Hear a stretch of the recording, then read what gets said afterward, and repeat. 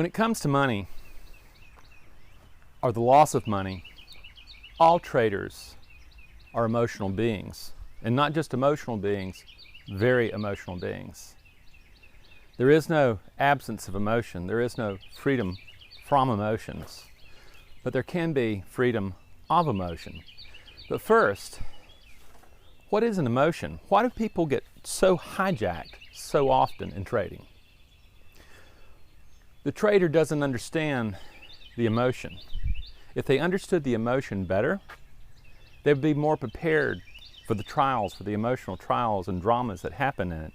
But by pushing the emotion away, they don't see the emotion as it's sitting there and building. For instance, have you ever felt pressure to win? I mean real pressure to win, or pressure not to lose. That's an emotion. You're pretending as though it's not an emotion. You're not there, but you feel the pressure. That pressure to perform, that pressure to win, is the emotion. So, if we want to learn how to manage that, how do you do it? The first thing is you come to an understanding of what an emotion is. An emotion is not a feeling. It's not touchy-feely. An emotion, to a neuroscientist, is any disruption to a standard sensorial pattern that the brain has already established.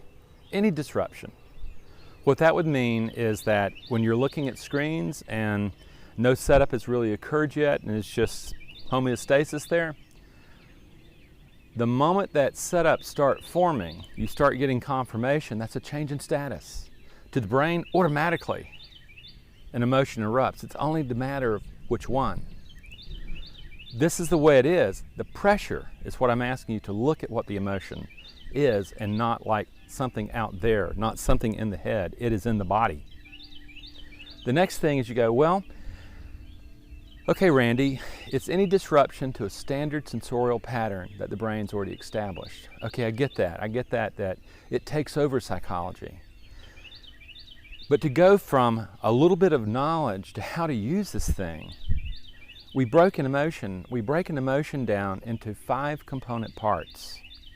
The first part is once the triggering of emotion happens, that disruption, it starts revving up. That's called arousal. That's the pressure. You can feel it in your body, the tenseness, the holding of breath, all that, the panting. That's the revving up. And that is the place where intervention needs to happen sooner rather than later. The second part of an emotion is the feeling state. Feelings, again, not touchy-feely. Feeling is the actual chemistry of the emotion in the bloodstream, in the brain, altering thought. Okay? Big time. When you feel that knot in stomach, when you feel that heart in throat, that's the feeling, that's the internal sensation you have of the emotion, and it's telling you the chemistry, whether or not it's cortisol with anxiety or testosterone for something like euphoria, it's already there. It's already beginning to compromise thinking. That's why it's so vital to get that section under management with emotional regulation. Next comes motivation. What's the emotion telling you to do? In fight-flight work, what happens is that the thinking circuit's hijacked and you immediately go to either fleeing, avoidance, or attacking. That would be anger and fear. Unless you can reroute that, unless you can slow that brain down, your mind's going to be compromised and you're going to be doing really dumb, stupid things. For instance, let's take a couple examples. It's like a lot of people have difficulty at the moment of entry, pulling that trigger.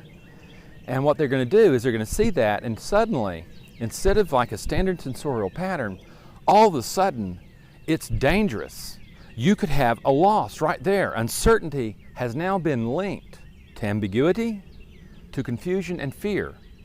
That was linked many millions of years ago, and there you are. It's triggered, it bypasses thinking, and suddenly you're hijacked. And your finger freezes, you can't move it. You're like that. That's one example. Second example is, when you have this fear of missing out and you get a little bit of profit on the table after being whipsawed all around in a trade, and you suddenly say, well, I'm going to take what profits I can get right now. And you can feel the building, and then the surging. And when, at the moment of hijacking, it makes all the sense in the world to get out of that trade. Okay? That's because all thinking is emotional state dependent. And then when you're doing a review and you're in a more settled state of mind, you look back and go, what was I thinking? What overcame me? The emotion overcame you. And if you feel the pressure, the emotional pressure to win, to lose, you are being seized by the emotion right then. That's the time to act. And in this, what happens is the first fundamental skill I teach is breathing and relaxation in the context of trading, not in the yoga studio where it's easy. No, in the context of the pressure of trading. You have to be able to disrupt the signature of that emotion, the biological signature, the breathing, the tension, the pulsing rate. That has to be disrupted before you ever get to the door of the mind. That's the thing about emotional regulation. It doesn't solve the problem. But without it, you never get to the problem. You never get to the door of the mind to look inside at the beliefs that are causing the compromised thinking. You have to get to the biology first. You have to get the biology of the emotion first. With breathing, relaxation, you can do that.